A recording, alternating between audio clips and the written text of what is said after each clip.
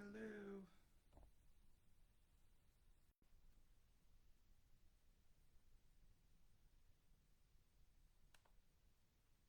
Hey, hello, hello, hello.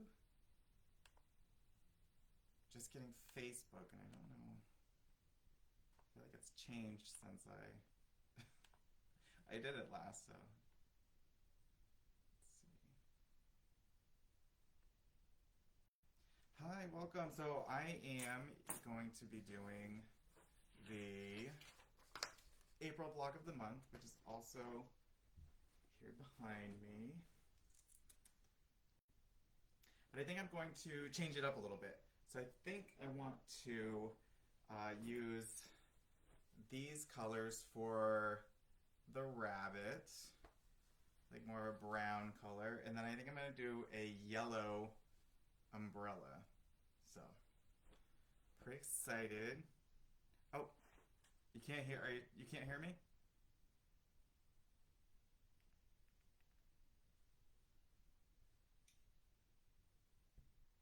Hello, can you hear me? Test, test, test.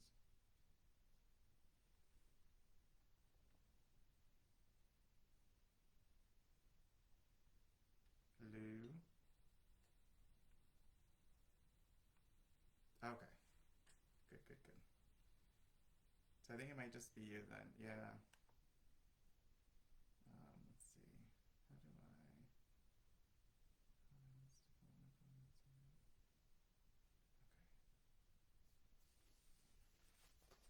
Yeah, I don't know. Anyway. So yeah, so that's basically what I'm doing. We'll see if anybody joins me here. Settings, comments.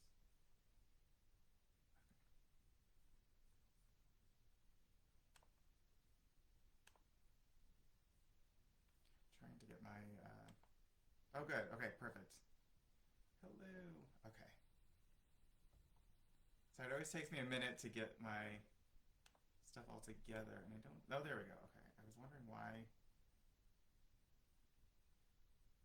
my Facebook one was looking different, but I think I got it now. Hello, everybody. Okay. So again, we're doing our April block of the month. This is probably, I would have to say, my favorite block so far. I just think it came out so cute. This is what it looks like. So hopefully y'all were able to download the pattern, and I've seen a couple people that have done it, so that always makes me really happy. Here, let me put this up.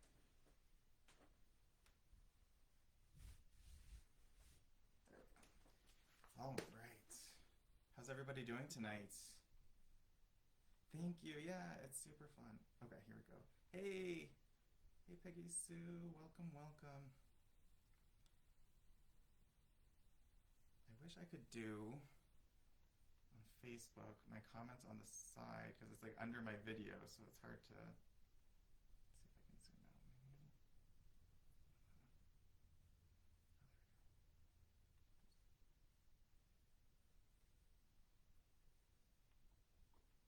I don't know. Okay, that's all right. Thank you guys. Yeah, this is I think it's the most adorable one so far. So when I cut out my all my little papers for it, I always sort them all in order, and I paper clip them together. So you'll notice on this pattern, which is similar to all my other ones, I have the instructions written out in units. So I have like unit 1, 2, 3, and 4, and so I separate everything out by unit, and that way it's just easier for me to go. I've been sick the past couple of days, so I don't know if I'm gonna get this whole thing done tonight. I'm gonna try to get half done. That's my goal, but bear with me. Okay, I'm gonna get started. Oh, I'm doing this really cool, like golden, has like little gold specks in it. I don't know if you can see that on camera. For the raindrops. So I think that's gonna be pretty cute with a dark blue background. What's everybody been up to? What's new? What's going on? I'm sorry I missed last month. Things were a little bit hectic for me. Um, And even though I'm not feeling well, I was like, I'm not gonna do this live tonight. There's no chance. I have to do it. So I hope everybody else is doing well.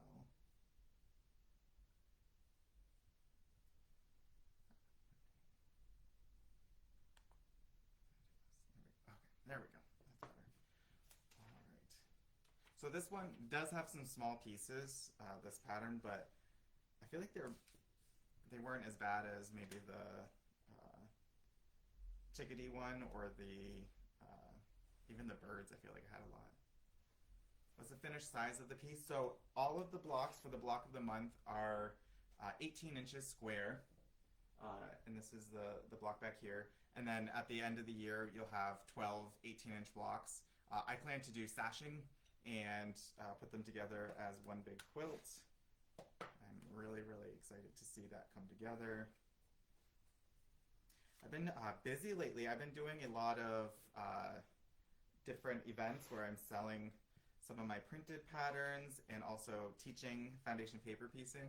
So there's a quilt guild about maybe an hour for me, and I went there last weekend and taught foundation paper piecing and had a really good time. I actually designed a stained glass version of their logo, and so I went and taught that, and they seemed to have a good time. I did a little trunk show, which was fun. It was actually my first time doing that. So yeah, that was really a good time, and I'm excited to do more of that kind of stuff. I'm really enjoying the teaching.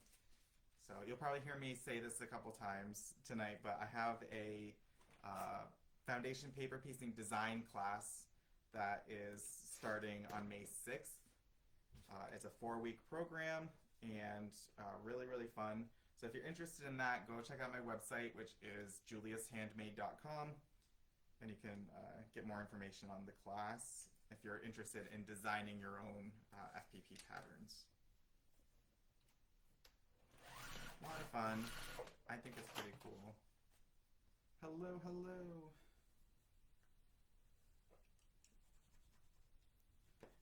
Is anybody else sewing tonight?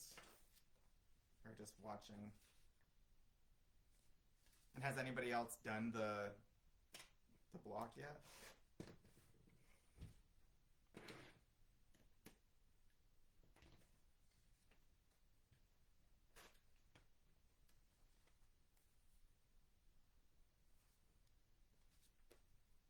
Hey, Crystal, welcome in. Welcome in.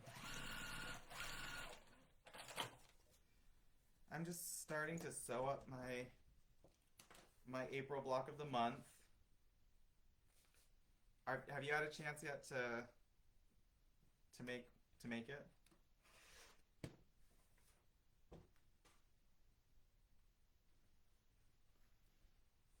Just curious.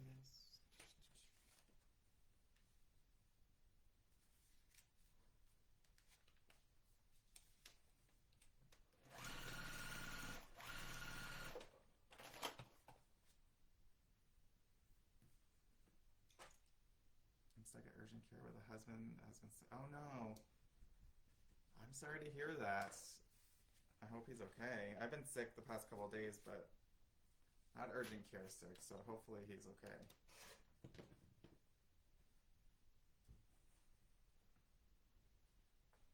So many patterns, so little time. I agree.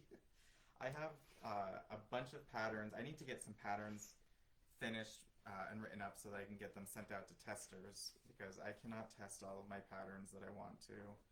And I have a lot, so hopefully I can get those out. My goal was to do it this week, and that kind of it's not happening, so maybe next week. This week I have I'm actually reorganizing my sewing room, and that's taking a lot of time because I'm basically packing up a room that I have and then moving everything from my sewing room into this room, and it's proving to be a bigger task than I thought.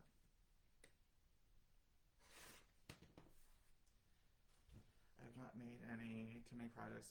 works, but downloading them all, planning to do them later. Yeah. Hey, there's no time limit for a block of the month. Do it when you can. But definitely download them because on December 31st, they all go away. So, and they'll be on my Etsy shop, but they won't be free. So, make sure to download them if you're not going to do them yet. All right. Hey, look at that cute little teardrop. Or not teardrop, raindrop. So cute. This one is definitely my favorite.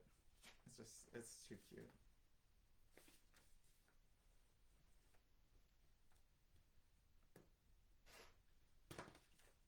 Today's definitely this live is definitely a very low-key, casual. I don't have a ton of energy, but I'm hoping that this isn't just the beginning. I'm hoping that it's just kind of gonna stay like this and then make it better. So, of my sickness, that is. Hello. So you guys say you have a lot of projects. What are you currently working on? Curious minds like to know.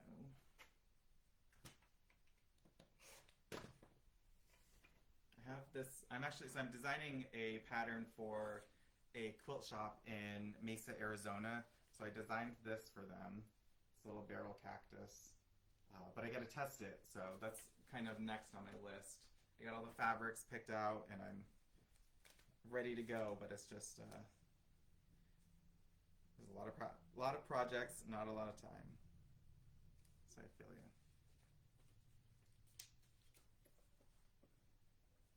Yeah, it's cute. They wanted like desert themes stuff, so so I thought that would be perfect. Guys, I didn't prepare and I didn't do any bobbins, so bear with me. Hey everybody, welcome in, welcome in.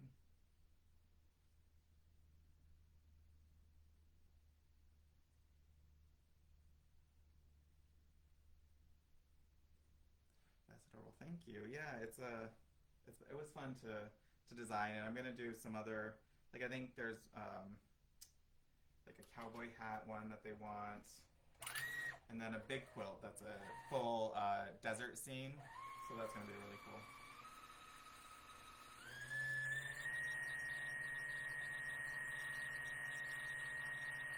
Still working on a queen size quilt for my daughter.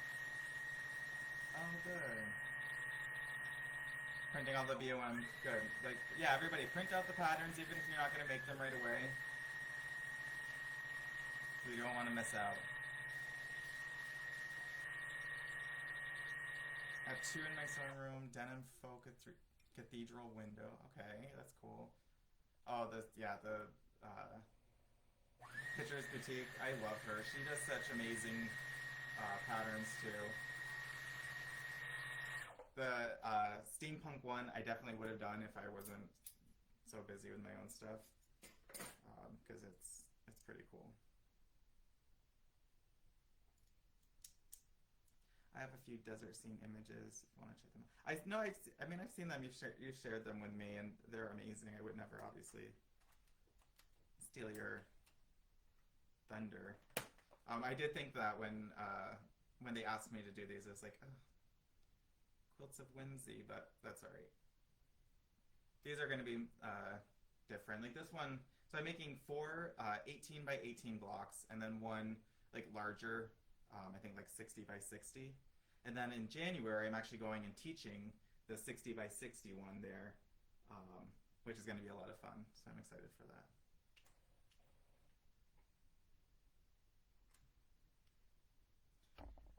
No, I don't. No. I'm not gonna take them from you. You need to release them. You need to release your patterns. You have so many good ones. Do it next year. Yeah, maybe, but it's not free, right? That's one that you have to pay for. She's cool. I talk to her sometimes online. I was supposed to meet her at QuiltCon, and I ended up not being able to go, which was a bummer. I really, really wanted to go. So I will definitely be at the next one. I'm actually running for president of the Tulsa Modern Quilt Guild. So I'll be there hopefully as president. Elections are next month, so as of right now, I believe I'm still running unopposed, so I may win by default, but I'll take it.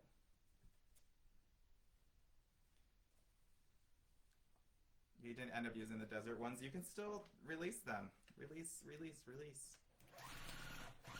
have all these amazing patterns. You need to release them. Even if you don't make them, like, get testers for it. Correct. Although with her patterns, for that block of the month, I probably would pay for it because she has some really cool patterns too.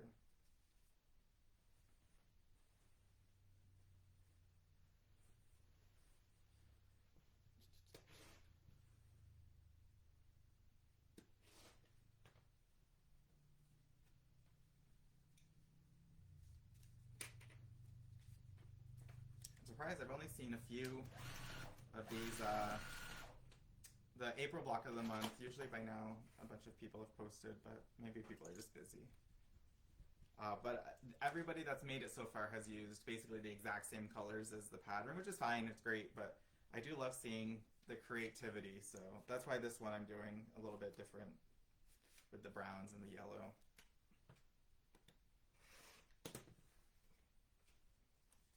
I thought about doing a rainbow umbrella, but then I was like, I feel like because March's block had rainbow in it, I was like, maybe not for this month.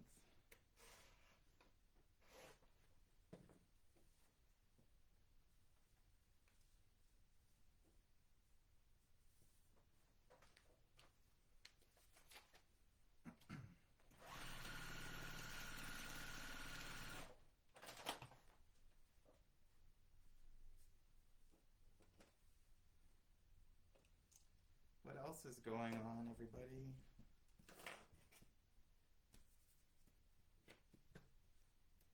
Trying to think of what else I have going on for me. So I have the guild, which has been really fun. I'm doing a couple retreats coming up. I'm going to be at the Pensacola Retreat Center with Crafty Glow on, or like the beginning of June, which is going to be really fun. We're doing my Guardian of Light Angel Wings pattern, so I'm excited for that. And then I am doing a local retreat here just for fun, just to hang out with some of the women from the guild, and that's going to be really fun.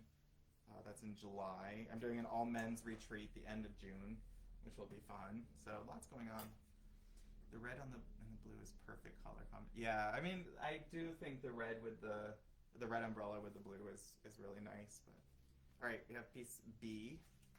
I know from my pattern that I can do A plus B, so I'm going to do that. But I also think that it's fun to mix up the colors a little bit and do something different. So that's what I'm doing.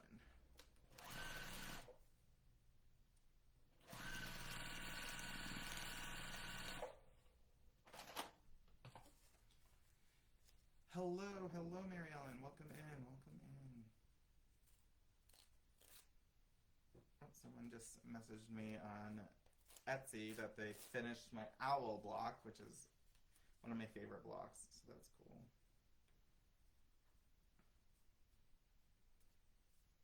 All right, A plus B. We're good. I'm just gonna iron it real quick.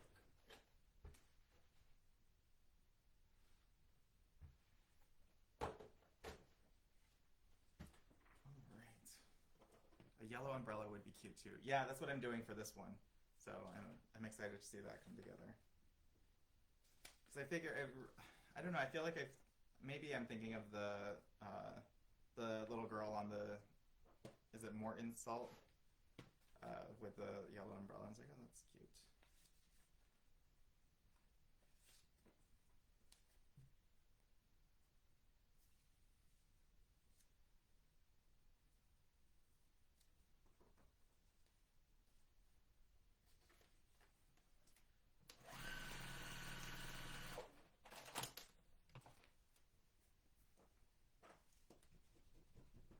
of these days I need to do a video and just sit and sew and try to time myself so fast I can do it. I feel like it. If I was just sitting and concentrating, they usually go pretty fast. The background fabric is perfect. Thank you. Yeah, I'm definitely not not somebody that uses a lot of solids. So I like the like tone on tones where it kind of reads as solid, but it's not. Those are the fabrics that I'm more drawn to.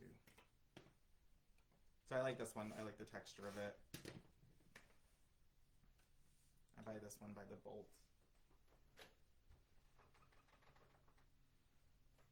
Actually, this is a lot of these are scraps because I recently made one of my Guardian of Light angel wings using all these fabrics, and I was like, oh. So that's actually the background for one of my angel wings. Hey, Julie. As soon as I saw this block, I knew my bunny would need to be little pink. Yes. Okay, excellent. Oh, light pink. Yeah. I almost did light pink for this one, but then I was like, when I was a teenager, I had a tan little rabbit, so I was like, oh, I'm gonna do one for that. Hey, Sue Ellen. Welcome. How are you? Sue Ellen is on my Instagram. She was in my last foundation paper piecing design class, so I'm so excited to see the things that she comes up with. So a reminder, I do have a class coming up. The May class is 4 weeks. It's super fun. So I definitely recommend joining. Hey, everybody.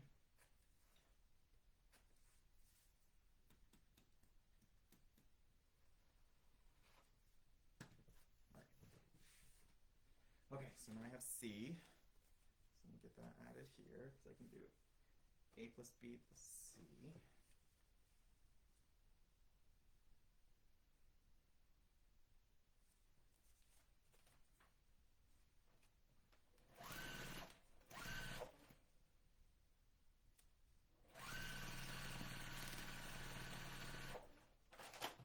Learned so much. Highly recommend. Thank you.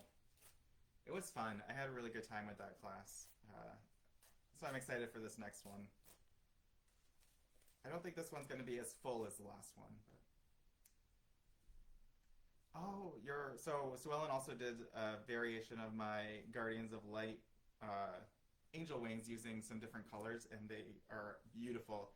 So she's just saying that they are entered in the Asheville Quilt Show. That's so awesome. Is that quilt show one that like you have to apply to be in and then they have to select it? Or so I recently did I don't know if you saw my polar bears, my Beneath the Northern Lights quilt, but I entered that into the Houston International Quilt Festival, but I won't know if it's accepted until I want to say June. So I'm really hoping that it gets accepted. That'll be my very first ever like judged quilt show. So I hope it gets accepted. I even did hand binding for that thing so that it would be ready, which I typically don't do.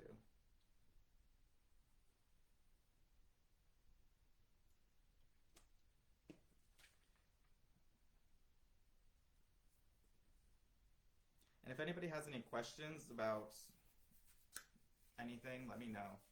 Yes, Sidra, I won't know until June either. Oh, good. Yes, fingers crossed. I hope that gets in. That'll be awesome. But yeah, if you guys have any questions about foundation paper piecing, any of my patterns, any of my like techniques, whatever, let me know. I'm happy to answer anything. This one I need to check.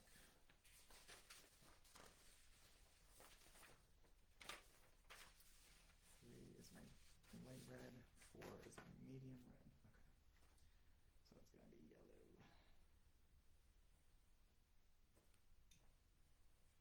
I love Beneath the Northern Lights pattern. Yay! Oh, good. Yeah, that one is my newest one, and I loved making that quilt. Like it was so much fun to do, and I think it came out really, really good. So I hope that they agree and they accept it. Worked hard on it.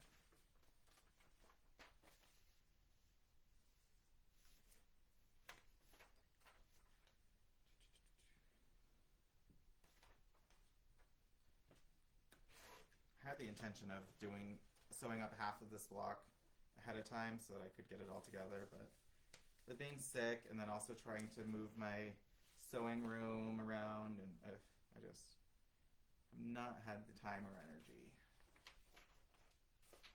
I feel like I haven't done much sewing. I actually did do. Do I have any in here? Yeah. Hang on. Let me show you. I think that's it. Maybe not. Yeah. So I'm trying new things, and I just got a serger, and I made these really cute little shorts. They have little unicorns on them, which is so cute. But yeah, so I've been making these shorts and absolutely loving them. And the first like successful clothing thing that I've made, and I love it. I love it. Also made a couple bags recently, which were super fun. Let's see. I want the bears to be more traditionally colored, so we'll gather snow fabrics to build them. Oh, good. Yeah, I did those colors as like the reflections of the snow with the blue, and then the like the tan to just give them some definition. But you're absolutely welcome to change anything about it that you want. It's just really fun to do. Cute, thank you, thank you, thank you. Oh yeah, this is my first time ever having a serger. I've been wanting one for the longest time, and somebody from my quilt guild was advertising that she had one, and so I went and looked at it and bought it from her, and it's great.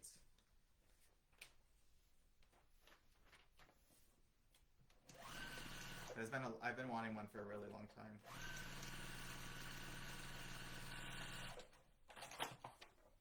Hey, welcome, welcome, welcome.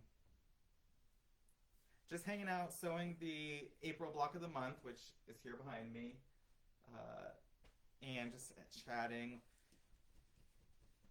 I'm getting over, or just starting getting sick actually.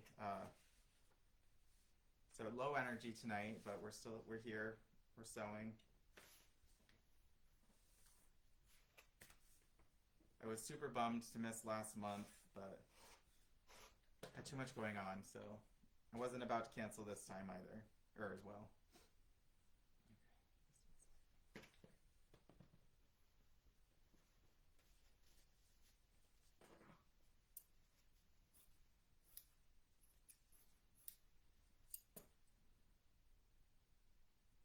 Corey, how was your Australia trip?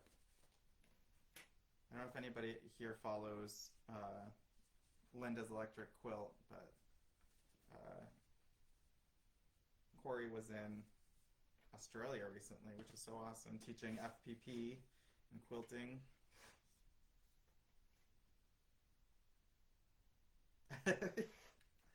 This thing, okay, this is the Famore, not sponsored, the Famore rotary cutter, and it is the best thing. Any chance I get to show somebody this, I'm like, you need one of these.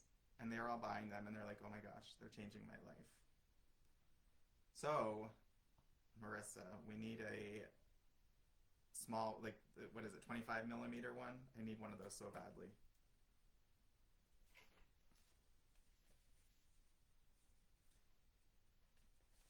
Yay, that's awesome.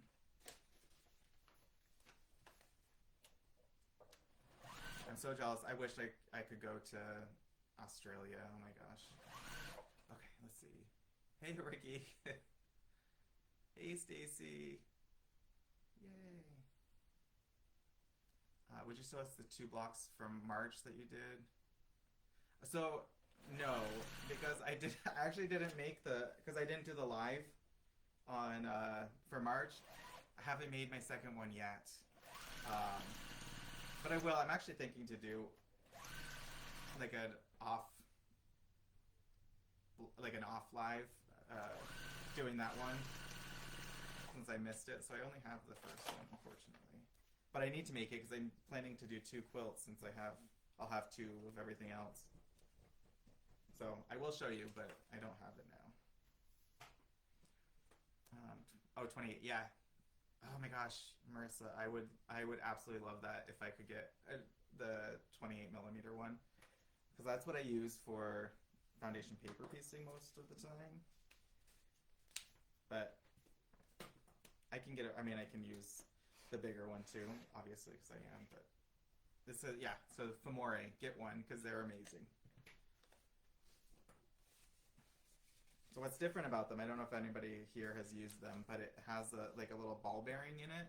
So I mean, it just glides so smoothly. Uh, yeah, really, really good. I had the awesome opportunity of hanging out with Marissa and Sebastian at a quilt retreat that I did, and they're with Famore, so super cool.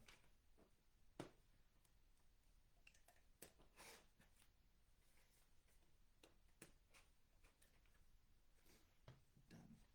Yay! Thank you so much. Oh my gosh, I'm so excited for that. You have no you have no idea. Excuse me.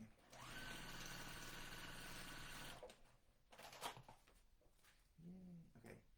If you ever do, don't forget me down here. But oh no, if I ever get down there, you're probably the reason I'm going down there. So don't worry. Oh my god, I would love to take a trip to Australia, visit some of my Australian friends that I've met through quilting, and just like see all the amazing wildlife.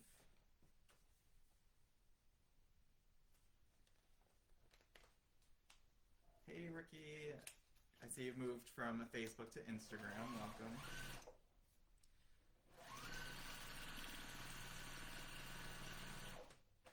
All right, so I'm definitely liking the yellow, and I think I like too that the raindrops have a little gold in it because I feel like that goes really well with the yellow. I'll show you this in a second. In just 1 second, I just have one more piece.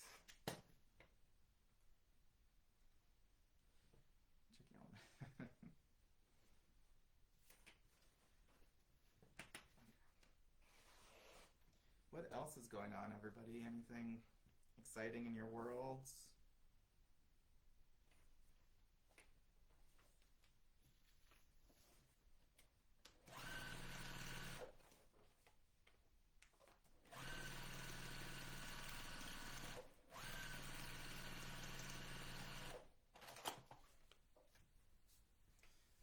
I was saying earlier, I did I think it was last weekend, I did like a local, not local, it's about an hour away, Quilt Guild. I went and I was their guest speaker, where I did a little trunk show to show off some of my quilts. And then I did, so they do like their like regular meeting in the morning, then they have their like presentation trunk show, then they do a potluck lunch, and then they do in the afternoon a workshop. So I was their trunk show and their workshop, and it was really cool. I really liked that kind of format for their day. The only difficult thing is that they do it on Fridays during the day, and I know a lot of people can't make that because of work obligations. So, but I would love to do something like that for our Modern Quilt Guild, which hopefully starting in July I will be the president of. We have elections next month, so unless somebody runs against me, I think I'm gonna get it. We'll see. All right, yellow umbrella. That's hard to see. There we go. Pretty cool. My drag race costumes air this Friday. Oh, nice. On Drag Race. Who's wearing it?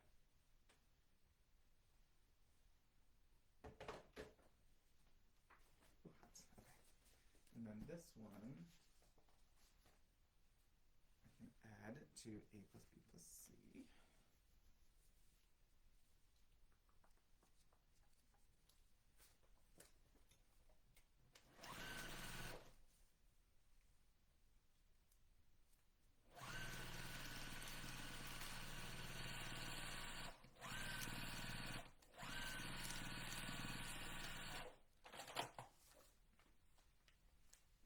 Oh, nice. Okay, so this is, I do like Lexi Love, so that's awesome. This is the A plus B plus C plus D. Hang on.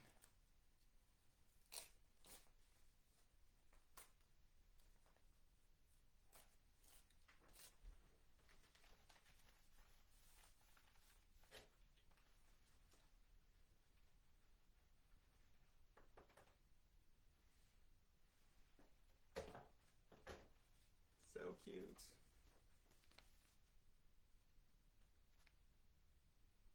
Yeah, I love that. I love the little gold shimmers in the drops. Perfect. Okay. Almost done the first like unit section. Okay, just two more pieces.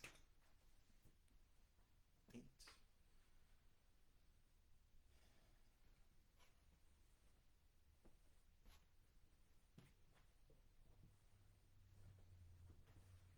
I'm gonna do this pink for inside the ears. It has this little pattern on it. I think that'll be cute.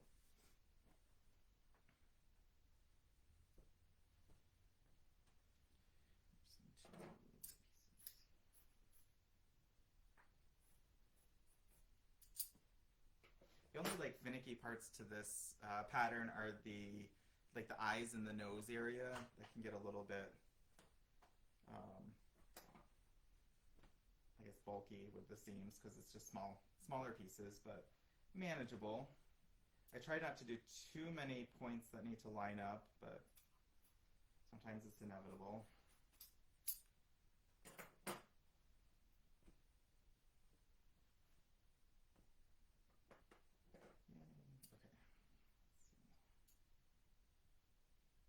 Going off camera, I'm cutting off my fabrics that I need for this section. What did I do?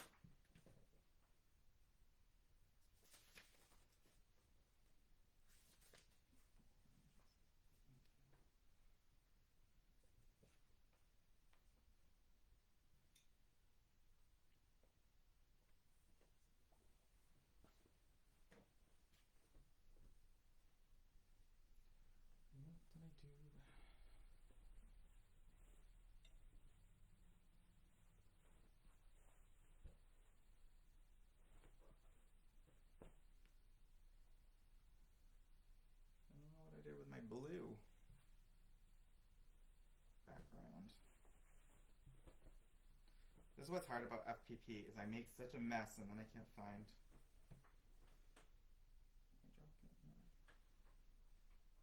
Alright, no worries.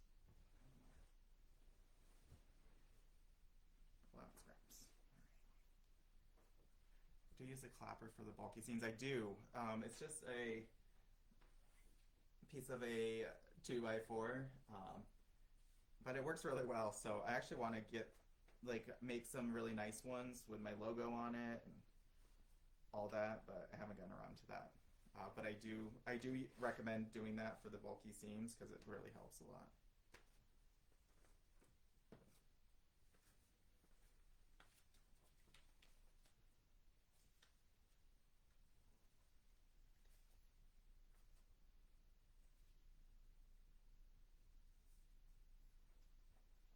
Hard part with to put my logo on things because my logo is rainbow. Usually I have a quilt of it behind me, but I brought it with me to my event last weekend and I never took it out of my car. So. But it's rainbow, so it's hard to have it like laser engraved on things because you can't do that in color. I'd have to paint each one. So I'm trying to see about doing maybe like a decal or something that I can put on it and then do like a clear coat over it or something. So we'll see. We'll see how that all works out.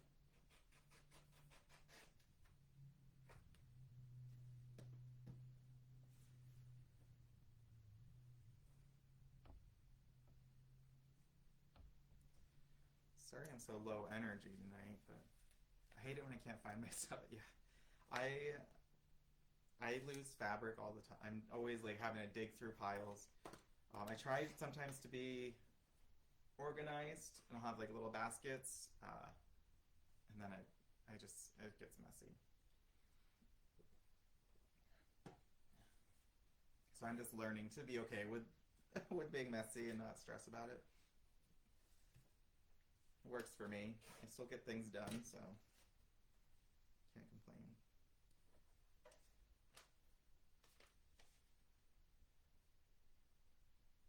Ooh, an etched rainbow. Oh my gosh, yes, please. I I want to figure out something. I have these like visions in my head of all of these things that I want to create, and I just don't know like where to start with like that kind of stuff because I don't have like the equipment and all that. But I want to do like I want to create a little FPP kit, like a little like pouch that has everything you need for FPP. You know, like the small rotary cutter, the some kind of add a quarter ruler. Um, I use a seam roller when I'm uh, doing it, so I'd like to have one of those, and I'll like have my logo on it and all that kind of stuff. Some really cute scissors. So, and what would be really cool? Okay, okay, don't take my idea. I don't even know if I should say it, but I will. Is if there was a clapper that was like a little box everything could go in, and then so you use everything, but then you can also use it as a clapper. I just had that idea right now. That would be fun. Don't steal my idea, people. It's recorded. I'm saving the recording.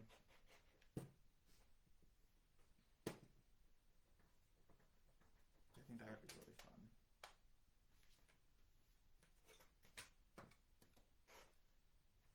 Let's see, let's see.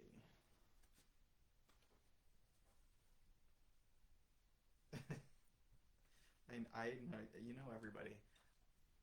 Make it felt line so this not yes, I agree. And they'll have like like a little I'm thinking like a little spot for everything, like a little pocket or a little like something to secure everything where it needs to go. Marissa, we gotta talk.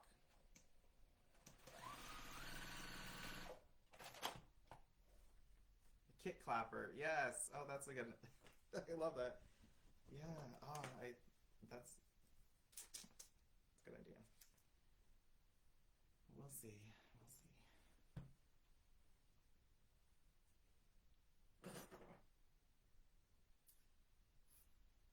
I tend to have a lot of ideas and then I don't do anything with them. So if if I can get some help with that, I would love that. I think that would be so cool.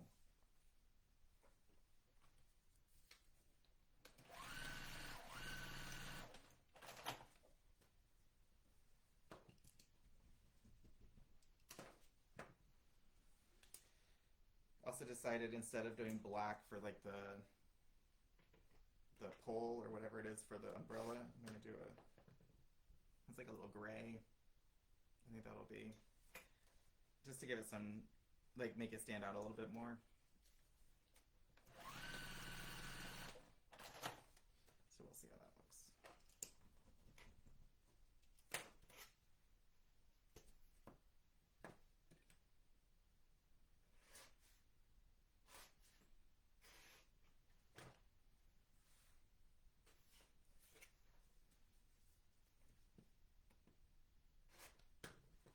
So, a question for everybody that's on your for like in general quilting. It doesn't have to be FPP, but what's your favorite tool or like the tool that you feel like you can't live without?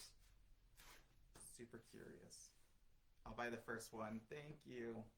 I honestly I think that'd be such a fun like little kit.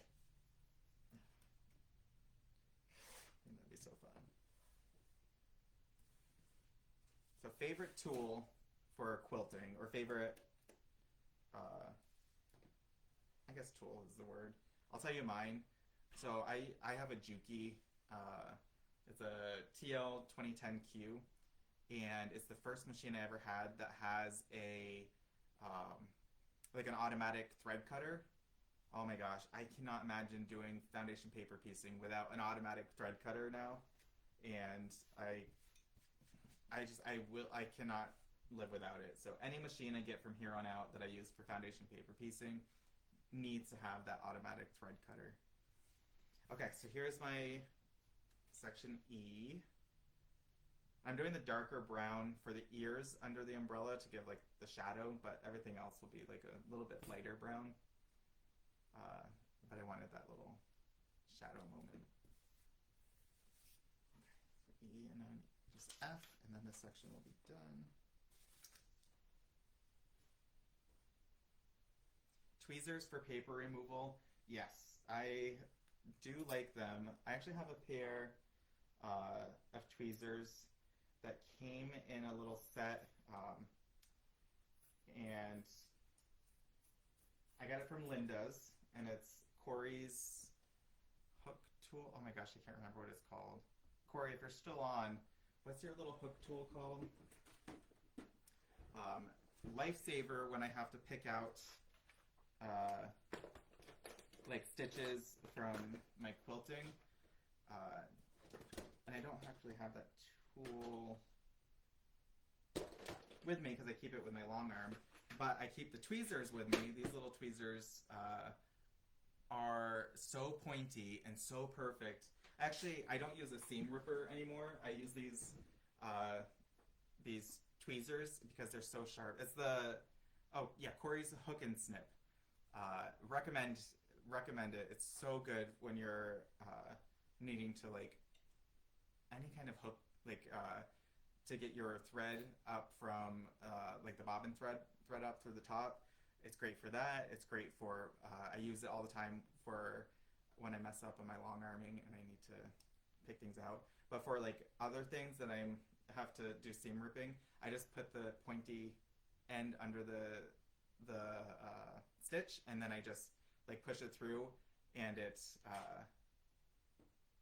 just like rips the stitch. It's so much easier than using a seam ripper. But I've never been a fan of seam ripper anyway. I can't do them very efficiently, so I didn't know that sounded conceited. No, you're good. But yeah, so that tool is really, really nice. Highly recommend it. Corey's Hook and Snip. So there, little sales pitch for them.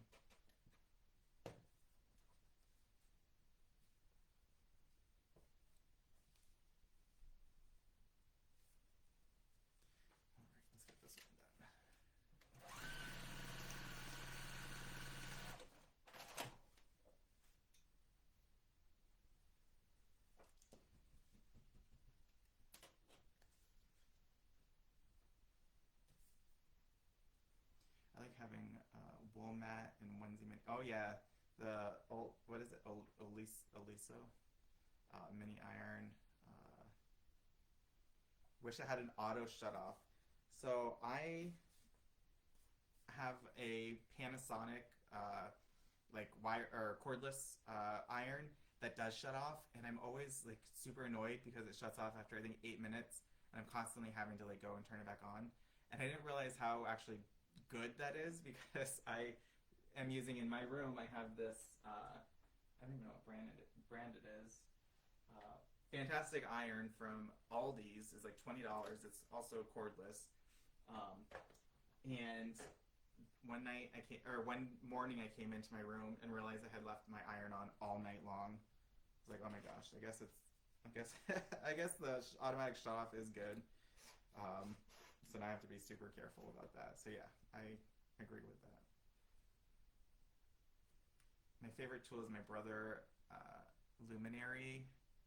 It was my retire. Oh, is that a machine? I've not heard of them. Is it a sewing machine? Hi Jules and finally catch a live. I'm doing Bunny Umbrella vlog. Oh, good, yay! Thank you so much, Sharon. I appreciate you so much. You've been such a huge support. I'm so grateful. So thank you for that. I try. I'm very low energy tonight, so sorry. But I'm glad that I was able to do the live.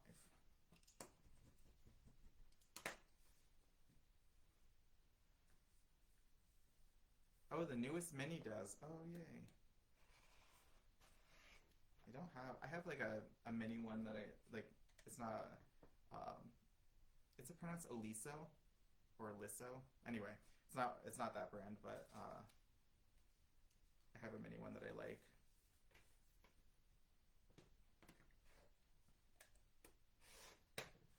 I prefer the cordless irons personally, but I do like the Oliso.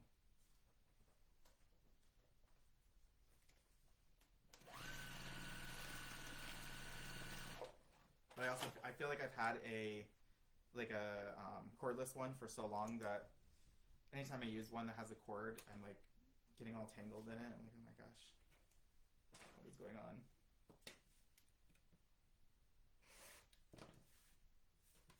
But this one that I have, again, I don't even know what the brand is, but it's from Aldi's. It was $20,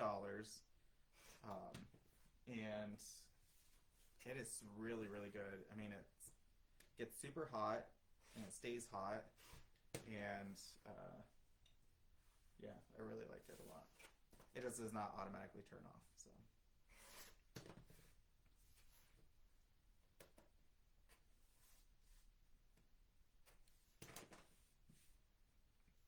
All right, let's see. It's a combination sewing embroidery machine. It has built-in Disney designs. Oh, that's cool. I've not seen them. That's the Brother Luminary. Very cool. Okay, F and E go together. Match this point, I think. Okay, I'm almost done with Unit 1,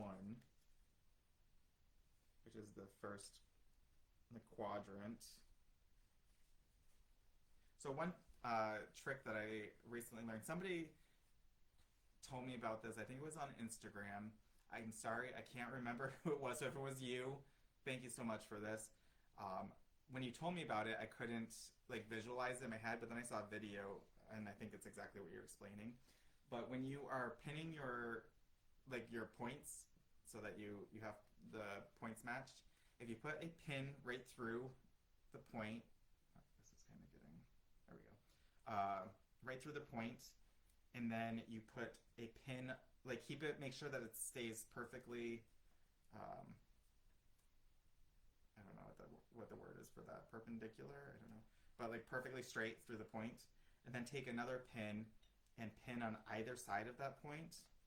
You won't get the shifting that you get sometimes when you're just using one pin in that one point, and it actually works pretty well. You want to get kind of close to that point just so it doesn't move, and then you can take out your original pin. Let's see if it worked.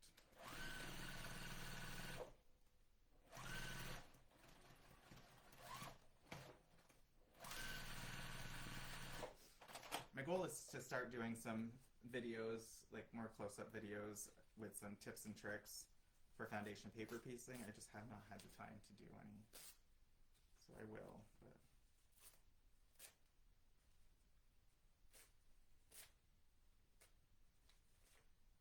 and the point, it's pretty perfect. So that's one of my tips.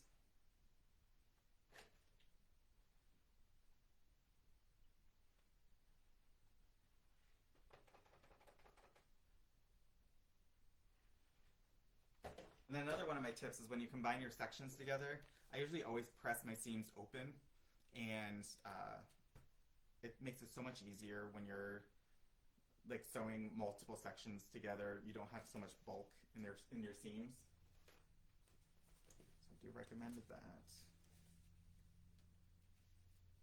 But I will say, sometimes I leave the points just in God's hands.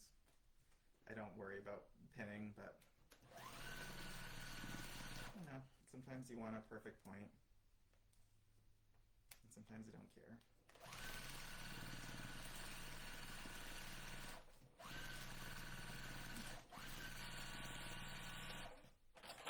Do you pin? Okay. Do you pin and line up to the bottom piece in the seam line? That's where I have them. Do you? Yes. So basically, I put my pin through the top and through the point that I'm trying to match, and then you have to kind of look at the back of the other side, and you want your pin to come out on the seam line at that point on the back. So sometimes it is a little more difficult, but as long as it gets in the point on the back side, it's usually pretty good.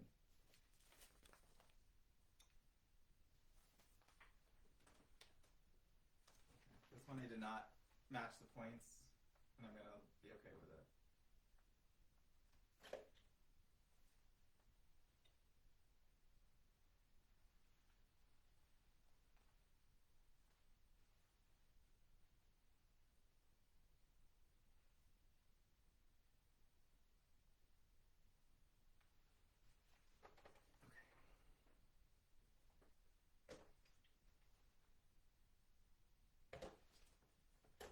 This one you can see I did not match the points right there. I'm going to be okay with it. There are things in life to stress about. This is not one of them, and I'm happy with that. Okay, so unit 1 is done. That's going to be this unit here. Now we get to the face. And that one's a little bit more complex. So, for those that are sticking around, thanks for hanging out. All right, so this is I was telling you about the eye. So there's some little pieces to the eye, but it's not terrible. It's manageable. I'm doing this little grayish black for that part. And then this is my rabbit color. I learned it as the hang pin technique. It helps keep the points more aligned. Is that what I just showed how to do? Is that what it's called?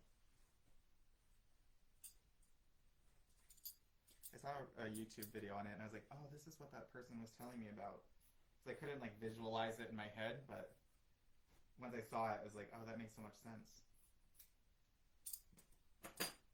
And I don't always do it that way, but thought I'd show.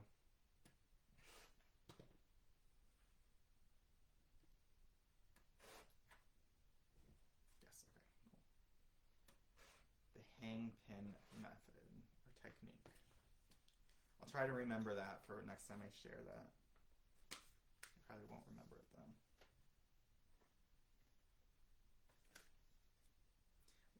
When you're doing the smaller pieces, I do find it helpful to do a little bit smaller than 1/4 of an inch. So sometimes I'll even go down to 1/8 of an inch.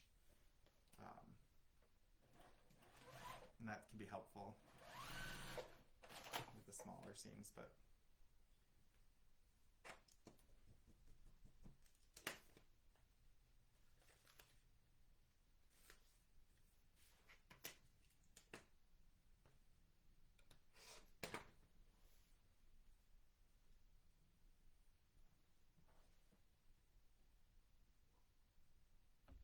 hello. Oh, my design wall here is my favorite thing ever. I used felt for it. So I found felt. It was $4 a yard, and this is maybe I think it's 2 yards or something, and it works so perfectly. I really like it a lot. So and I like the darker color for it.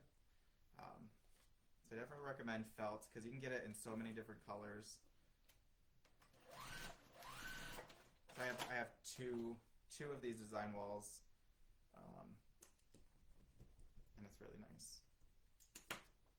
Because before I was doing like I did felt before, but it was white, and I don't know. I didn't like it as much. I like the darker colors. But yeah, for $4 a yard, I was like, yeah. I did not piece the felt, so this is how it came. I just cut it to the size that I want. So I think I have it the width of the felt, and then the like yardage is the length. And I want to say it's like 2 yards, maybe 2.5. I think I bought 5 yards, so I think I used about maybe half of it. But yeah, so the width is a good width. It's like a I don't even know what the width is actually. I'll have to measure it. But yeah, for $4 a yard, I was like, yeah, that's great. Because design walls are expensive. If you buy like, especially if it's like specifically for design walls, and I like the felt because it's a lot thicker, so it feels a little bit sturdier than like flannel. It's not like I'm waving around. I don't have to worry about that too much. So. And then I just used little push pins, and I used little gold push pins, and I just did like every, I don't know, 5 inches maybe, and just pinned it to the wall. I did the top, sides, and bottom, so it stays in shape and doesn't wave.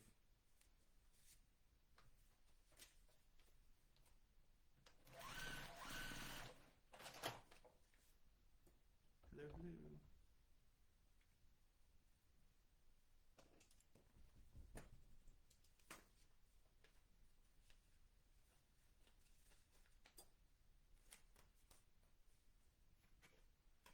Keep meaning to go to the Joann Fabrics that we have because I know they're closing soon, and I think their sales are pretty good right now.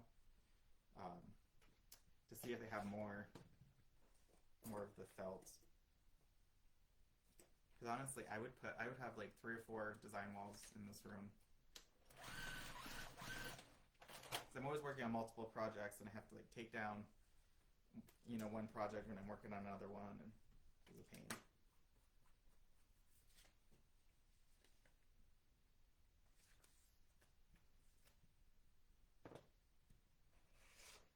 And then this room, so I'm moving all of my sewing room into this room. This is just like my recording studio space, but I'm gonna move everything in here.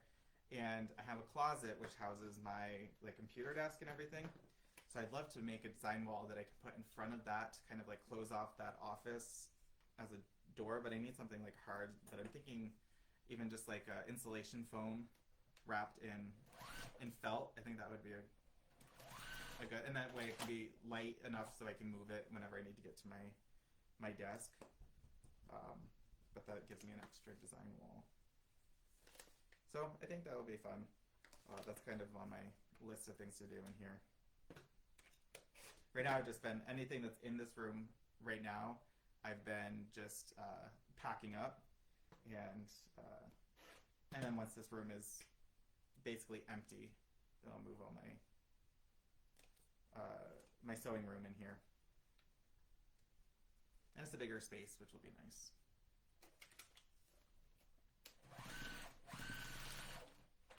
I love the gray. Need light in my basement though. I have fleece on insulation boards. Yeah. Oh, okay. Yeah, I've not tried. I've not tried fleece. I've tried flannel, and I didn't love it. This, if you get felt, because I think it's a little bit thicker, a little bit heavier, and it just kind of like stays in place better. At least for me, that's what I found works. Works the best, so that's what I do.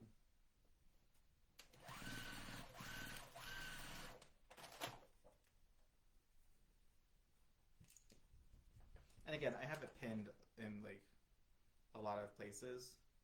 I think it's every like 5 or 6 inches, um, all the way around it, and it stays in place. It's great. I do have issues though when my quilt gets too heavy, and then I just stick a couple pins at the top, and then it's fine. But I think that's typical with any design wall. When you get big quilts, they don't want to stick. Especially because my like FBP has a lot of seams. So, but I obviously, like when you have the paper on, you can't. It won't stick. You have to use pins. I tend to take off my paper throughout the project. So, like for example, once I finish a unit, usually I'll take the paper off, and that's kind of my technique for it. But I know a lot of people don't take their paper off until the very end of the project, in which case you need to pin anyway to the design wall. But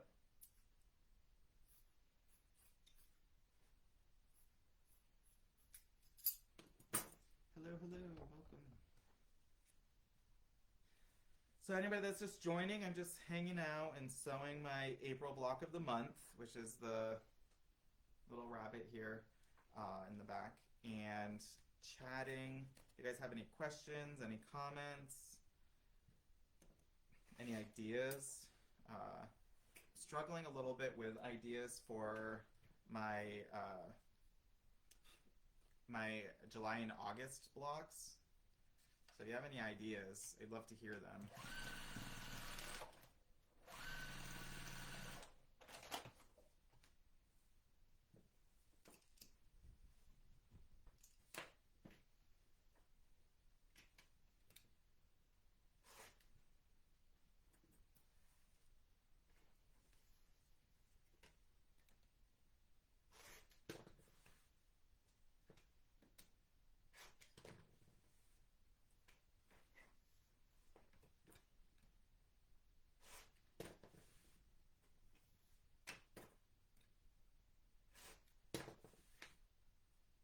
I'm thinking my May block is going to be fairly simple, at least right now. That's the plan. I still need to sew it together.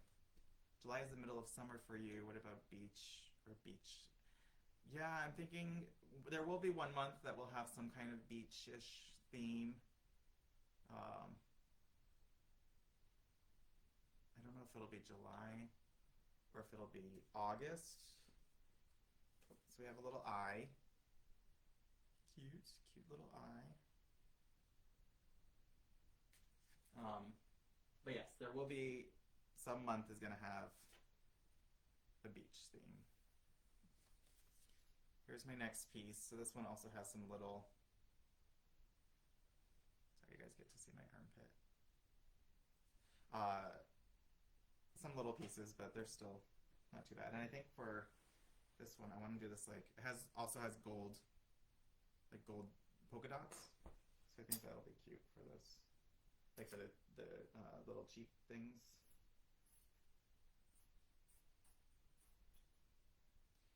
Paper piece words are fun. Stars, yeah, stars. Words, maybe. I will say I kind of regret doing for the first block, doing the 2025, because I've had a lot of people that are like, can you do one that doesn't have 2025 on it? Like, so I think I will do a bonus block at the end, which will be basically the same or very similar to how the block is now, but without the 2025. I think I'll probably do like a little firework or something in the middle.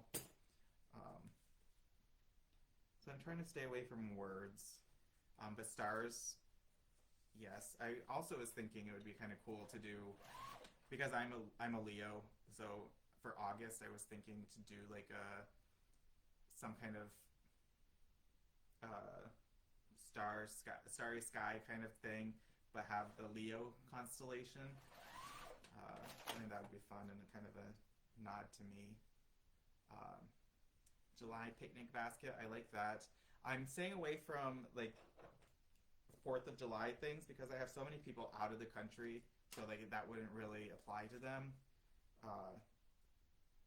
so yeah, so I'm not doing, I'm not focusing on 4th of July. Because originally I did think to do something like that, like fireworks or, you know, but. A capybara and a popsicle, that'd be cute. I love the trick you shared last month about how to confirm the fabric piece will be going to cover the odd shape. My pieces were still spun on project. Oh, good. Oh, perfect, perfect. I like the 2025. I liked the 2025, but I do get the point that people are like, I kind of want it, like not specifically for this year. And also, if I'll have this pattern available, or people that aren't able to sew it this year that are, but downloading the patterns. That 2025 probably wouldn't make sense. So I get that, and I'm okay with it. I'm gonna do, because even for mine, I want to do the newer block for. Oh shit, you guys. Oh no, I am doing that right. Okay, good. Whew, I thought I was just messed up. So yeah. Amelia too, love that idea. Yeah. Hey Shannon. Yeah, so I was thinking for August that would be kind of fun, since that's my birthday and birth month. So let's see.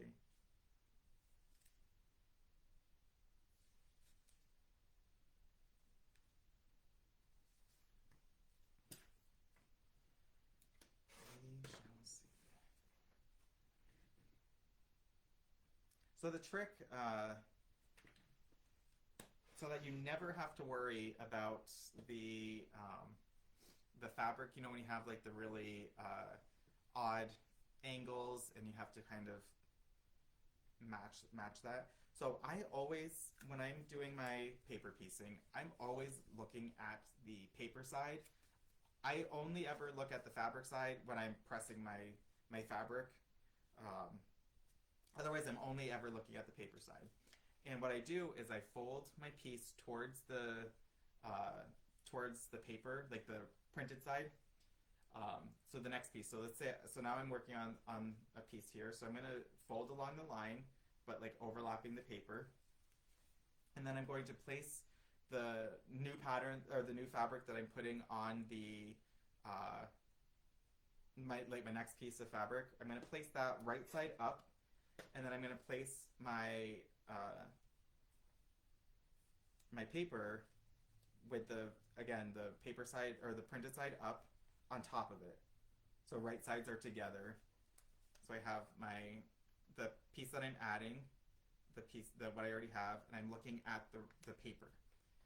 And I can see if my paper, so I keep the paper folded over itself, and I can see through the paper where that piece is that I'm working on. So as long as, while the paper is folded, my fabric underneath is covering that piece.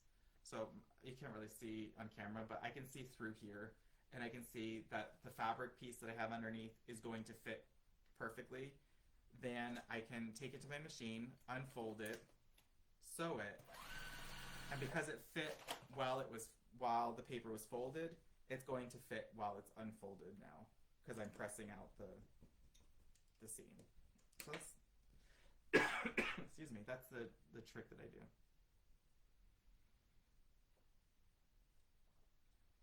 I'll have to share my grant. Thank you so much. I appreciate you joining. Thank you. So yeah, so that's the thing. So whatever piece that I'm only ever looking at the printed side of the paper, unless I flip it over to press my seam, and then I'm back to the printed side. And yeah, then I just go to the next piece. I fold along the line so that the paper is folding over itself, and then I trim my 1/4 inch, and then I take my next piece, I put it face up, and then I put my fabric that I've already, or the paper that I've already done, and I'm still looking at the paper side. And as long as, because I can see through my paper, as long as the fabric that I've just placed fits that section with a 1/4 inch all the way around it, then we're good, and we can sew it on. And then, because I checked it while it was folded, when I unfold it, it's gonna match as well. So, and then yeah, then you just keep going. So you never have to question whether or not it's gonna fit. It will always, it's always going to fit.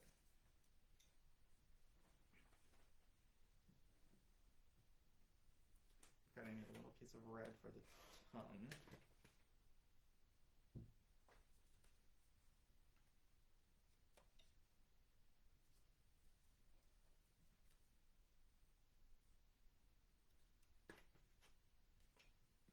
It's hard to explain. I am gonna create a video, but I do have a video on my YouTube, and it's called Foundation Paper Piecing 101, and it goes over like the steps that I use. I was a guest speaker for the Quilted Virtual Summit, and that was the video that I did for them, and it goes through like the whole process that I just explained, and you see it like an overhead view, so you actually can see what I'm doing.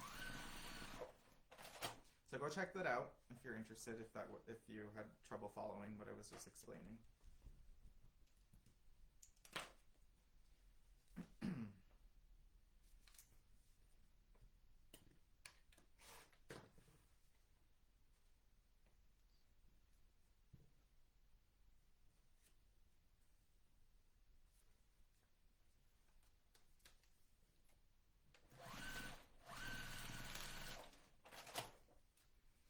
I see a lot of people, like a lot of like people on YouTube or whatever, showing how they do it, and sometimes I have a hard time wrapping my head around what they're trying to do, because I feel like it's more of a guessing game for them, and doing it the technique that I use, there's never like a uncertainty that you're gonna be able to, like cover your entire piece. So yeah, so I get confused by how they're doing it.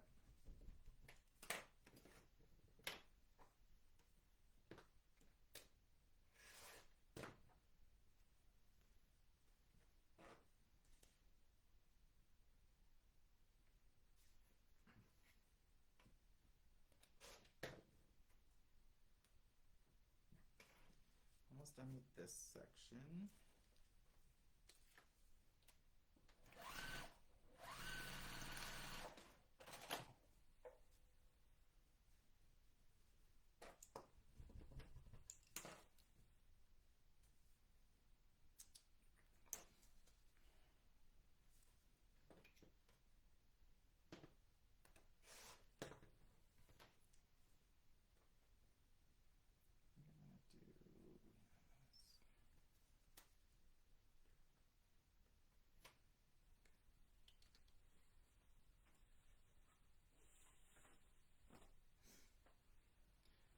But if you guys have any more questions, I'm happy to answer them about anything. It's just a chill night. I appreciate you guys hanging out, just watching me sew. But this time is for you, so anything I can do to help, let me know.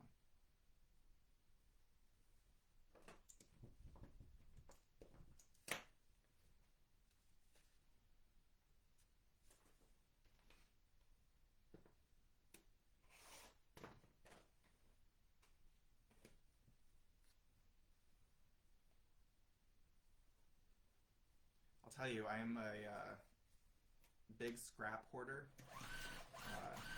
I do so much paper piecing and I have so many scraps. So another tip for you guys is, if you're going to do a lot of foundation paper piecing, make sure that you keep your fabrics, like little scraps of fabric. Keep them, because you'll find a use for them. I don't know if you guys saw my Buddha quilt, but that was made, except for the background fabric, that was made entirely of scraps that I had from other projects that I had recently done, so that was really fun. How the Patrick Luce fabric working out? So Patrick Luce is kind of, I'm collaborating with him and his fabrics for a secret project. It is a quilt that I am designing and creating specifically to win best in show for next year's QuiltCon, and I have not started the quilt, but I have it designed, so I'm planning to start it very soon. As soon as I get my room set up in here, I will be working on that, and I will be posting sneak peeks, but I'm not going to show anything until it's closer to QuiltCon. Like, I'm not going to show the full quilt, or I guess closer to the deadline where we have to submit our quilts. I think that's October. So I'm excited for it though. It's gonna be a really cool quilt, in my opinion. Okay, so G, H, go together like this.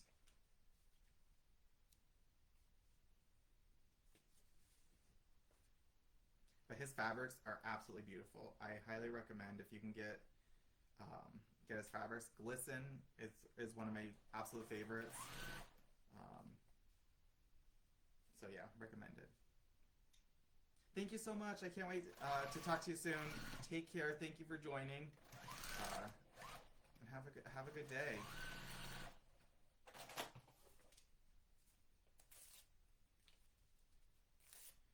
All right. Let's see.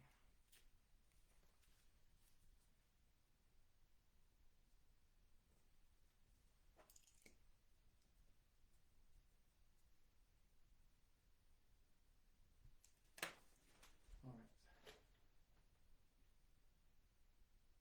We're getting there, guys. I'm gonna get half of this done. Look how cute.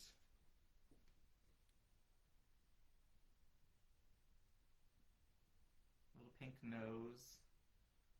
Yeah, that's so cute.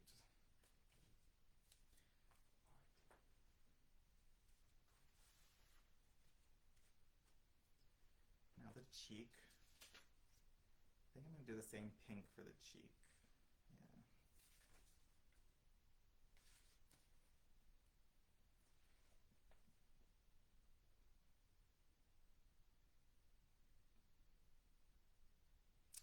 So, question: Do you have a favorite quilting method for FPP? I'd love to buy a long arm one day so I can play more, but space is not my friend. Yeah, so I do have a long arm, so I do edge to edge.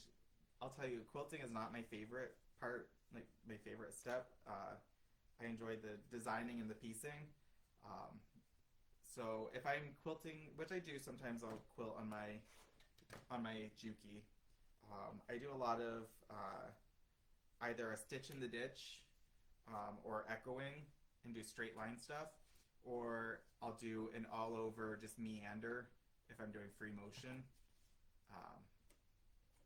And that's kind of my go-to. Even with the long arm, I don't enjoy the quilting, so that's why I don't quilt for other people or anything. It's just kind of for my own stuff, but and it's computerized, so I don't even have to do the like the actual drawing, the actual quilting, because it's just it's not my favorite. So I'm not the expert at quilting, that's for sure.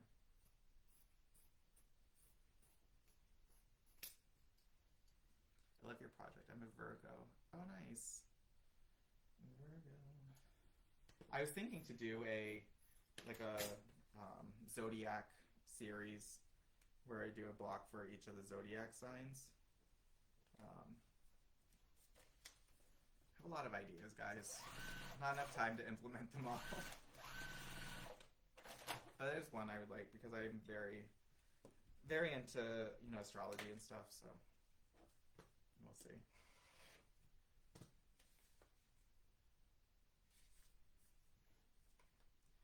Look for a sit down with a stitch regulator. Yeah, so I will say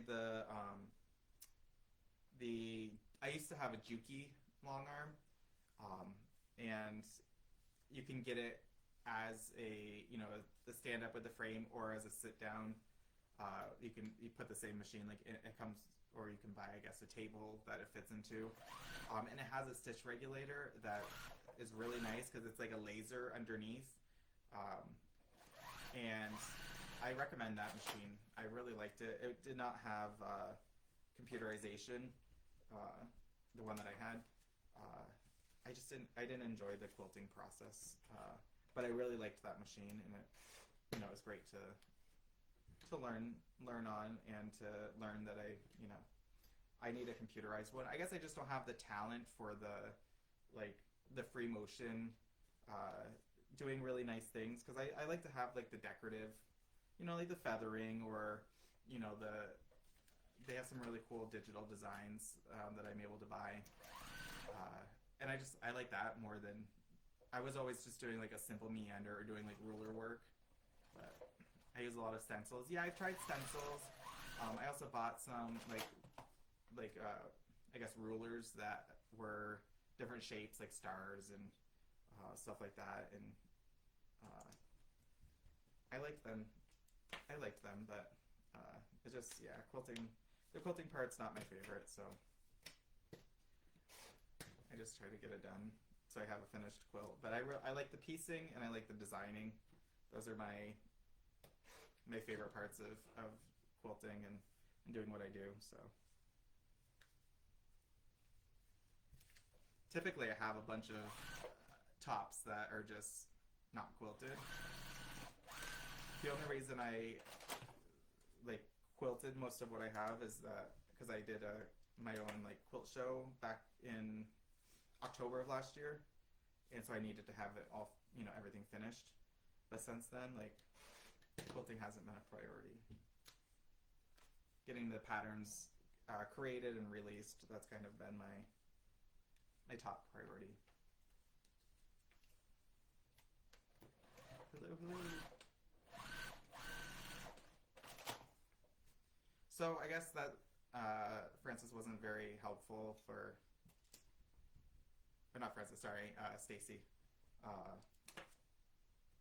for you, but that's what I got. That's my answer. I do sometimes just to get it done. So my long arm is at my mother-in-law's, so in order for me to use it, I'd have to go there and use it, and sometimes I just want to get something done real quick and not have to drive there, so I'll use my machine, and I'll do some simple lines, or I'll do like an all over meander. It's fun.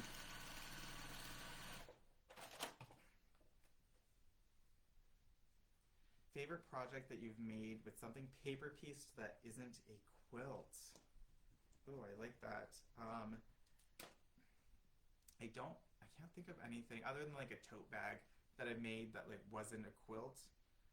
Some wall hangings.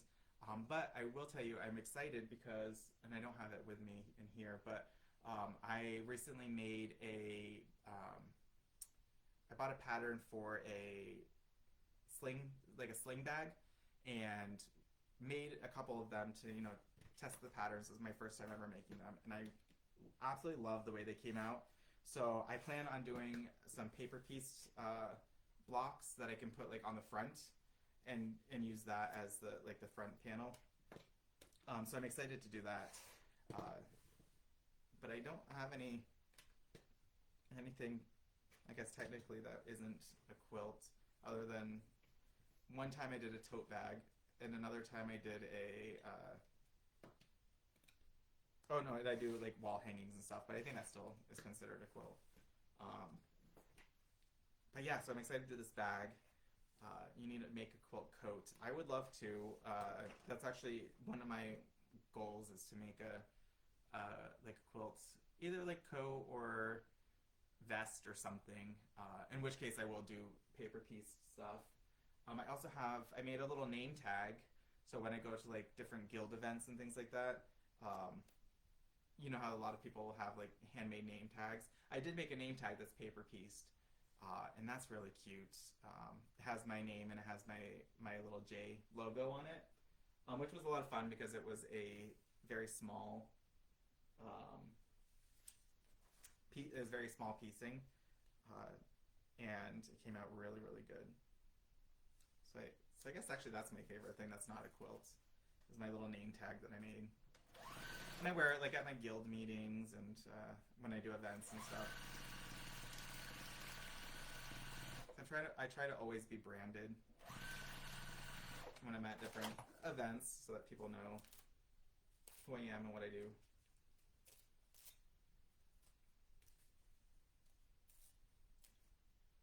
So that's a good question. I like that.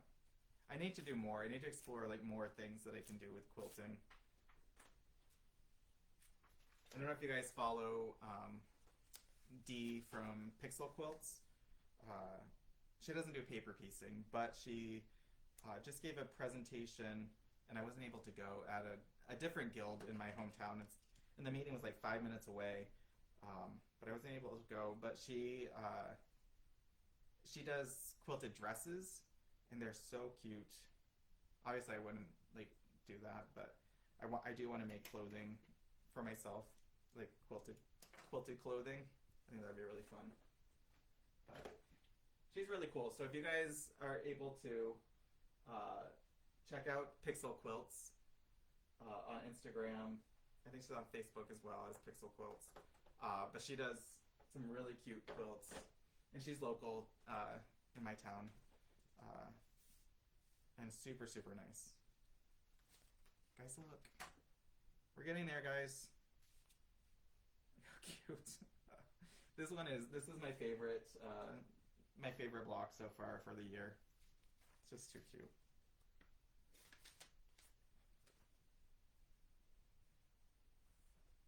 Trousers, yeah, I could do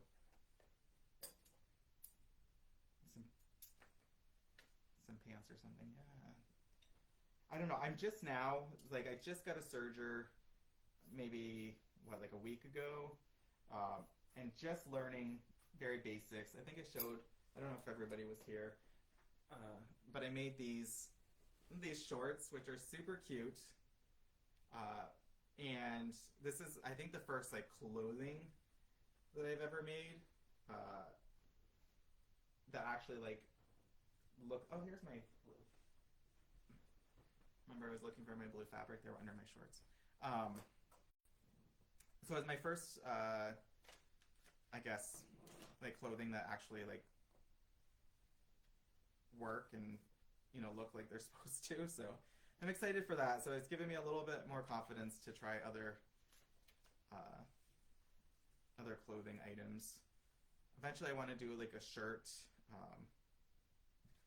I don't know if you guys follow Chris from Rose City Originals. We were supposed to get together and do shirts, but then we had to cancel. So hopefully we can do that in the next couple months. But I also don't think I was ready for like a button-up shirt yet, and I needed the sling bag and the shorts to kind of ease me into making a shirt. So, but I'm excited.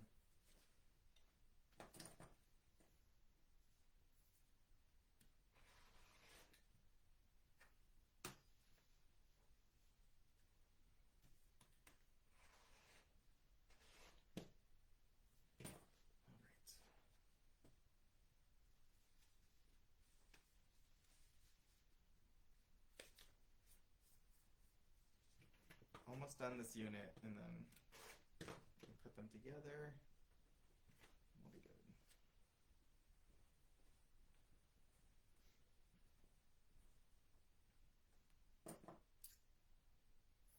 What about you guys? What do you guys do? Like with either it doesn't even have to be foundation paper piecing, but with quilted things that are not just a quilt. What are some ideas, or what are things that you guys have made?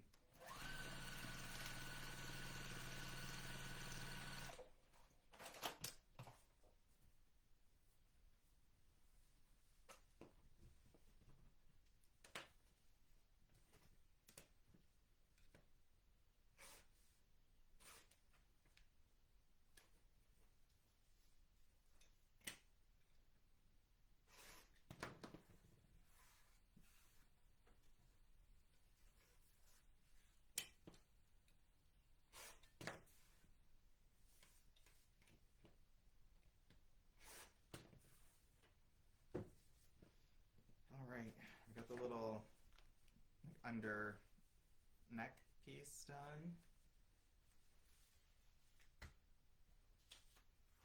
pieces or sections.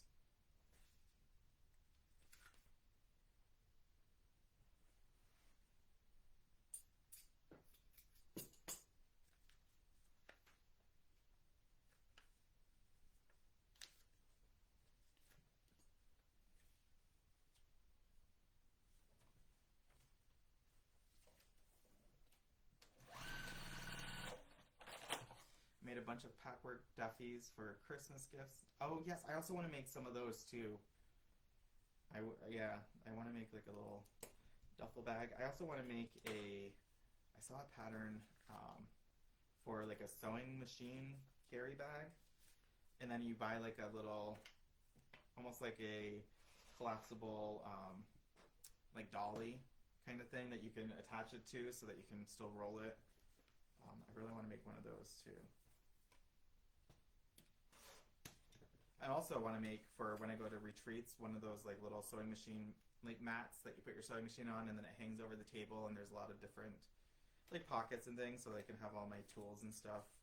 Because when I go to like retreats and stuff, I tend to spread out so much, and I need a lot of space, but sometimes space is limited. So I'm hoping that helps. I've only been sewing just over a year. Oh, nice. I have just made blankets so far, but most of them I want to try bags. Yeah, that's awesome. I only recently like started doing like full like big quilts, paper pieced. So I was always doing like just little like wall hangings or just even 12 by 12 blocks. And it wasn't until last year that I created. I don't know if you guys saw my stained glass window quilt. But that's the first like big paper pieced quilt that I've ever done, and that was just last year. And then I was like obsessed. I loved it so much that now that's kind of mostly what I do. I mean, I still do obviously like the smaller blocks like this, but then you can turn this into a bigger quilt.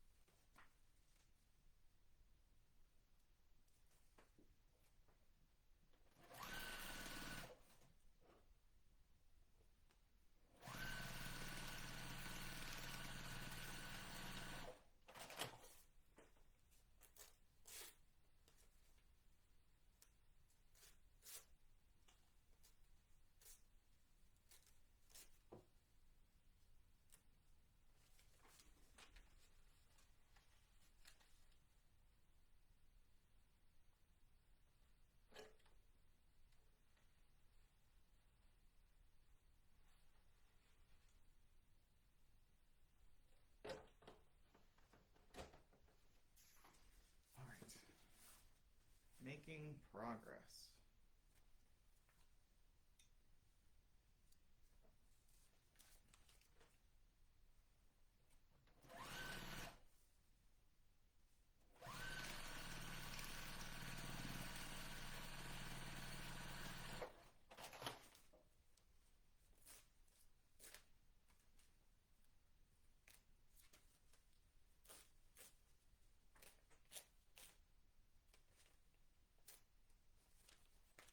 Last year for Christmas, I only did uh, one quilt gift, which was for my mother-in-law. It was my hummingbirds quilt. I don't know if you saw that, but that was the only quilted gift that I did.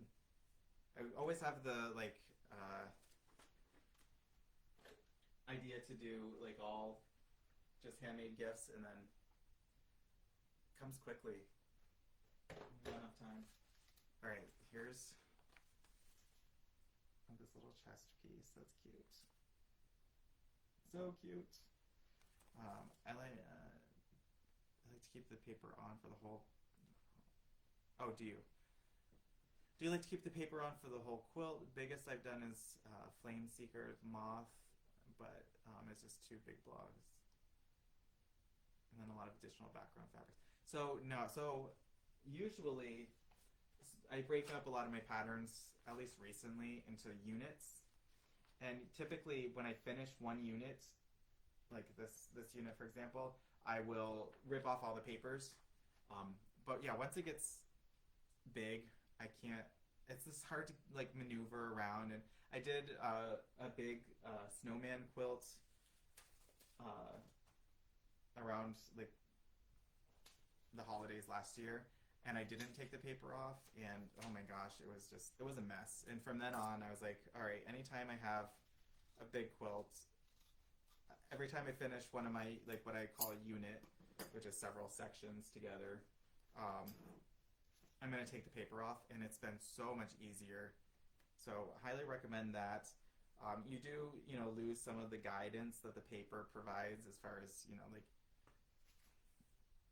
perfect 1/4 of an inch or whatever, but I make it work.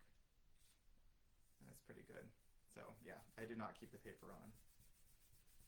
I did for this one just because I'm not going to sit here and rip out paper for you guys, but yeah. All right, last piece, and then we can put it all together.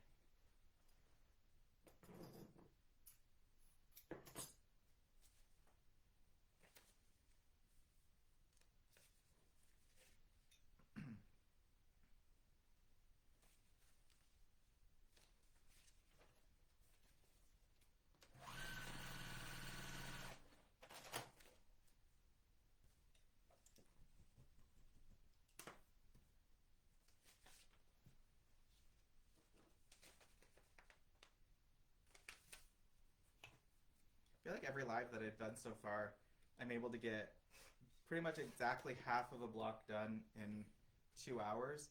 But it's funny because it takes me, if I'm by myself, it takes me like half that to get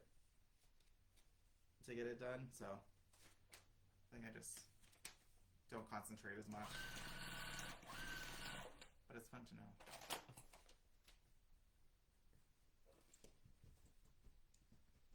So I think I was able to, when I first made this block, it took me about 2 hours to complete the whole thing. And I noticed that when I did the first block of the month, last February's as well, that it always took me like 2 hours to get half of it done when I was on live.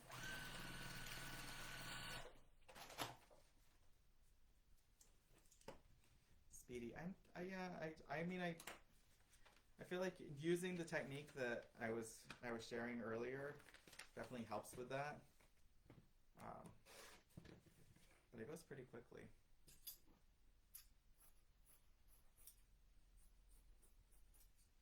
I'm trying really hard to keep my blocks like beginner friendly and not too overly complicated, but sometimes like it's worth the complicated piecing for some of the detail. But this one's not too bad. There's a few little points that need to match, but it's nothing crazy.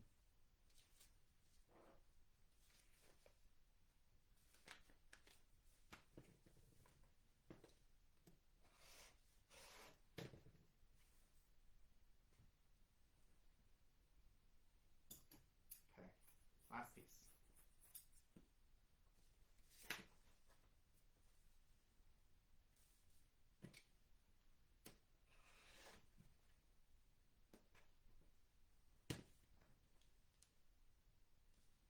March about killed it. Yeah, March was probably one of the harder ones with all those points.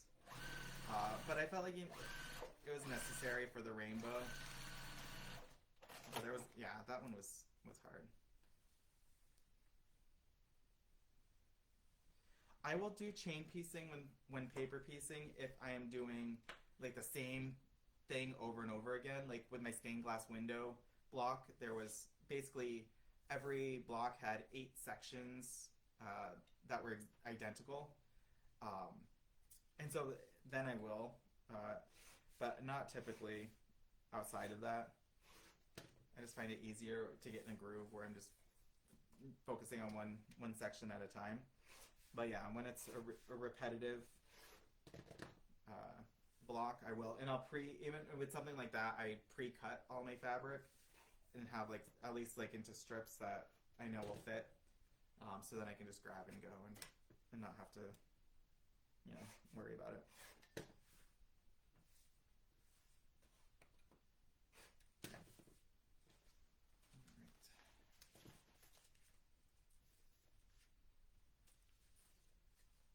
How many pieces? I was going to check and make myself feel better. How many pieces for the March block? Is that what you're saying? There's a lot. I'll have to check. I don't actually know.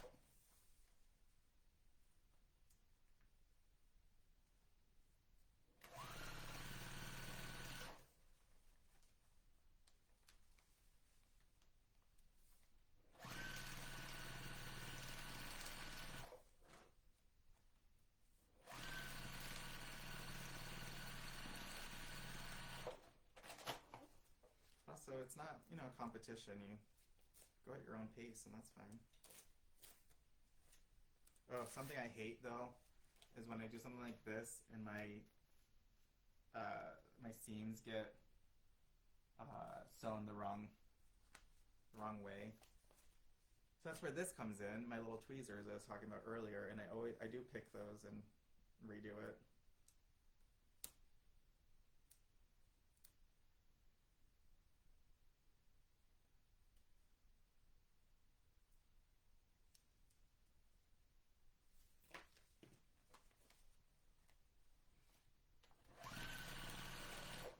And another thing that I do is so once I finish a unit, I will take off all the papers, and then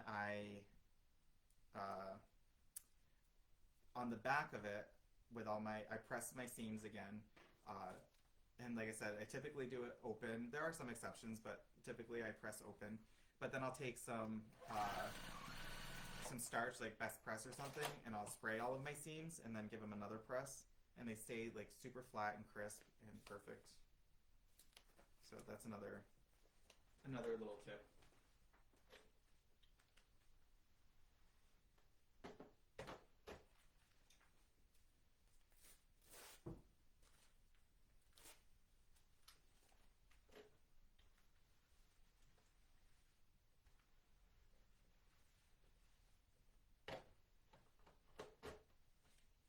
And there are situations where I will press to one side. Like here, it makes sense for me to press to one side. So I will. And it just depends.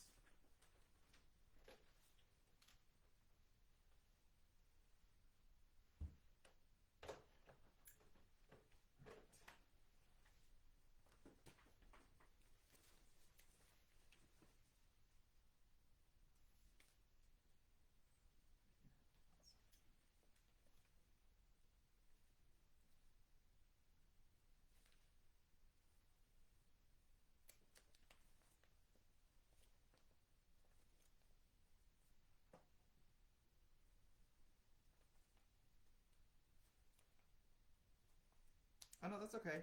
So someone's asking about the iron. So the iron is, I actually don't know the brand of it. Let's see if I can, it doesn't even say anywhere. It has this little logo. Anyway, it's a cordless iron, and it's from, it's Ambiano? I don't know, Ambiano. Anyway, it's from Aldi's, and it's $20. And honestly, it's one of the best irons that I've ever used. So highly recommend it. Yeah, I got it at Aldi's.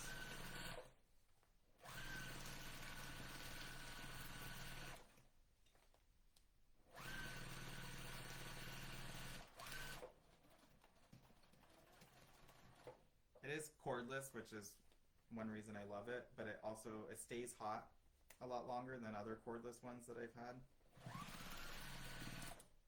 I notice when there are lots of seams close, I need to press to one side instead of open. Yeah, and I think that by pressing open, then when you have other seams that are intersecting, it does make it easier to press open as well. Like for example, like you can see here, sorry, I'm gonna make it awkward, but like I have these two sections, where is it? One here and one here that I pressed open. But because I had nothing on the other side, it did make sense for me to just press towards the other side. But there are times where I would press that open, and because I've pressed those two seams that it's intersecting open, it's not as much bulk, so it makes it a little bit easier. So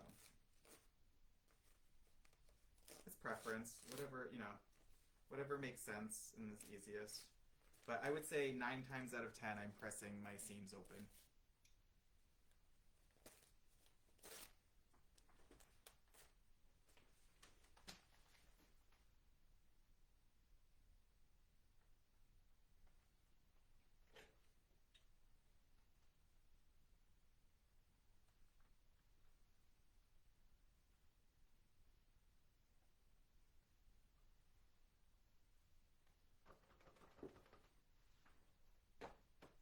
Alright guys, the reveal. Ta-da! Super cute. I got half of it done. I'm loving the yellow. That's fun. I'm gonna try to get the other half done tomorrow, but no promises. But thank you guys for joining, for hanging out with me. I really enjoy doing these lives. So I will be back next month with the block of the month. But I'll try to get this posted tomorrow so you can see the finished block. But as always, if you have any questions, feel free to message me. If you have any ideas, I'd love to hear them. Keep in contact. I'll have the May block of the month on the 1st. So make sure to check that out. Go check out my website if you're interested in some of the patterns that I have. I also have my foundation paper piecing design class. So we use Quilt Assistant, which is a free software, so you don't have to pay for any special software. And it's virtual, so we meet over Zoom, and it's 4 weeks. So it's going to be every Tuesday in May. And I basically teach you the program and the basics of foundation paper piecing design. So check that out if you're interested in that. And then also check out my other blocks of the month. Oh, and if you are interested in becoming a pattern tester for me, go fill out my my form to become a tester. It's on my website. I will be getting blocks or patterns out, so if you've already signed up and you haven't heard from me, it's because I haven't had any patterns that needed testing, because I haven't gotten my act together to get patterns written up. So I will be doing that very soon. So check out or be on the lookout for my emails. Enjoy your evening. Good luck with the directional fabric. Thank you, everybody, and I will talk to you next time. Take care.